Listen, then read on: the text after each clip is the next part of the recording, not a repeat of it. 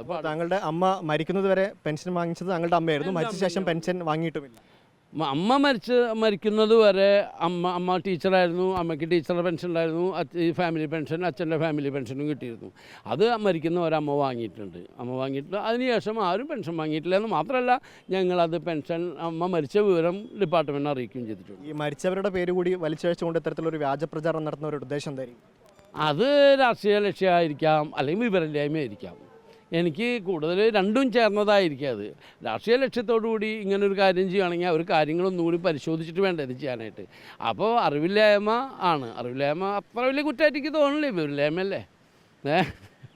അത് ആരത് ചെയ്തെന്നൊക്കെ അറിയില്ല. അത് ജനത്തിൽ വന്നു, പിന്നെ സാജൻസ്കറിയുടെ എന്തോതിലും വന്നു എന്നൊക്കെ ഞാൻ കേട്ടത്. അപ്പോൾ അത് വളരെ മോശമാണ്. ഇതൊക്കെ ടീച്ചർ വളരെ പൊട്ടിക്കരഞ്ഞായിരുന്നു പ്രതികരിച്ചത്. അത് കണ്ട് ടീച്ചറെ വിളിച്ചു. ടീച്ചറെ ഞാൻ വിളിക്കാൻ ടീച്ചറെ നമ്പർ എൻ്റെ കയ്യിലില്ല.